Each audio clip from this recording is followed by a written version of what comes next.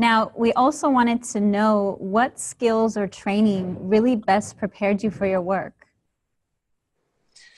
Okay, well, actually, I feel like I also did, so maybe skipping ahead, but I did international work before Brazil.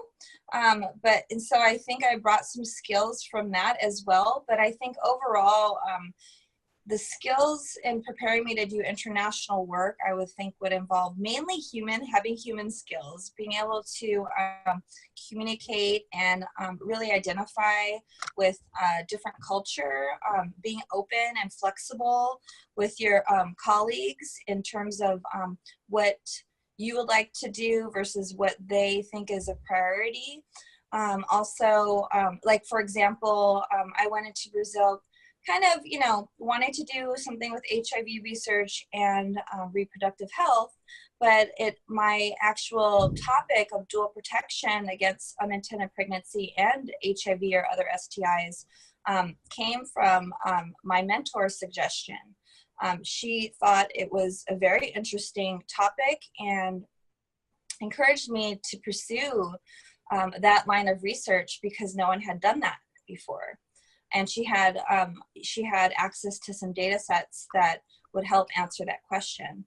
So I think the flexibility component is key because in doing international research and being from the US, I think there is definitely a power dynamic, even though I'm a student and they're a professor already, there's still this notion that we're American citizens, and especially in this time with our current administration, we may be perceived as Americans in a different light.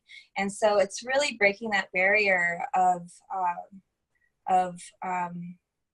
communication and being accepted as a human first, and then knowing that you have good intentions with the research. So I think that's key in any international collaboration.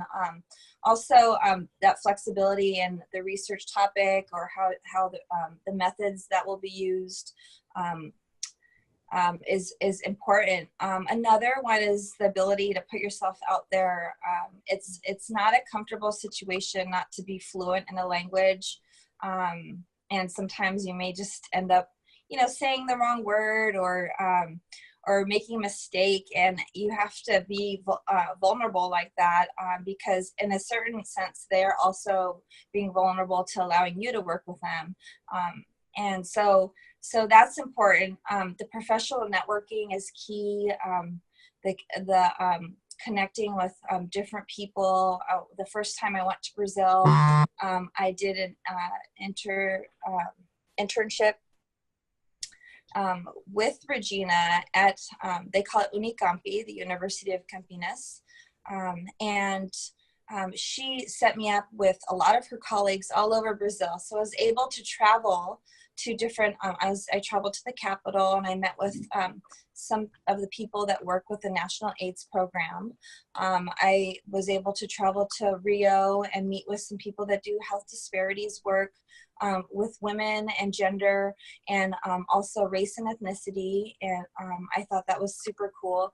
And so you're connected with a larger network, not just the one mentor, but also, other people that are doing similar things around, to learn about the context of this country that you're not from. They're barely learning the language. So I think that's important because it really provides more of a perspective that is different from the US, totally different. Another thing, of course, in terms of skills, I would recommend to come with an idea of what you want to bring to the table, but also learn in your internship. I bring to the table, for example, I've interviewed people for a research project at the time. I had done preliminary data analysis, and I had already worked in Mexico internationally. So I brought those skills. I kind of had an idea of what I wanted to do my internship on in terms of subject. And and I was flexible when it came to suggestions of what they perceived more important.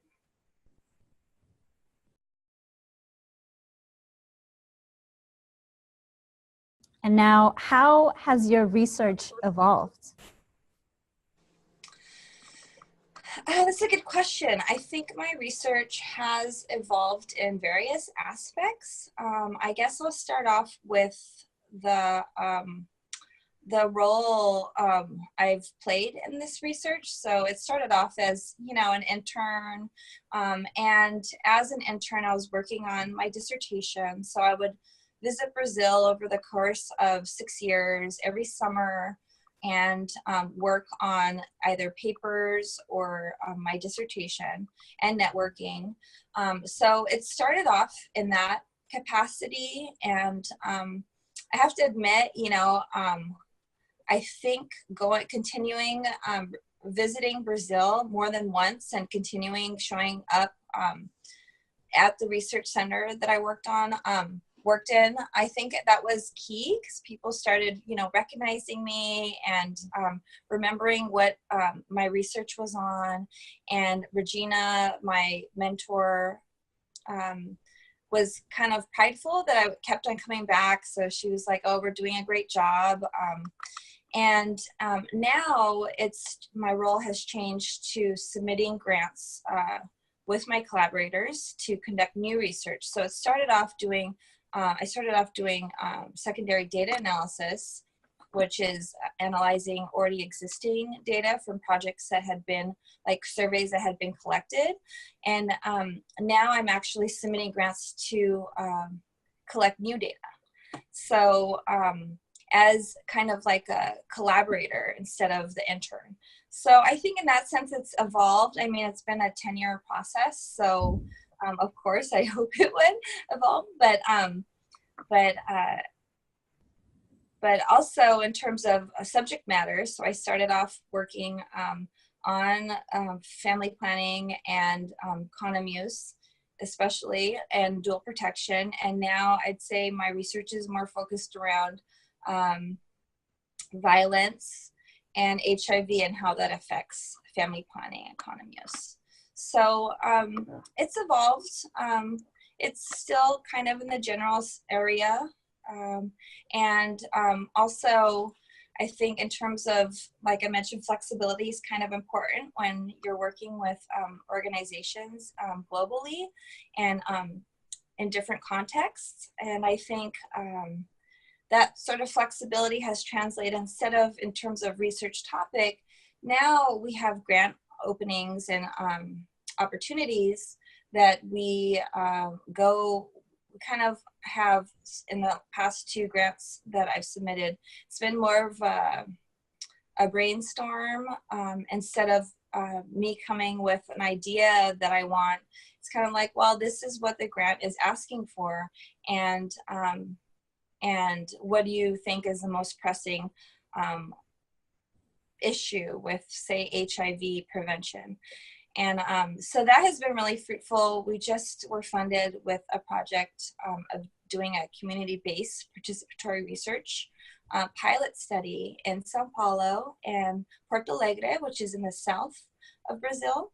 And we're collecting all qualitative data from different organizations, and we're trying to link organizations in the community with hospitals and healthcare providers so that they can better situate the strategy for HIV testing.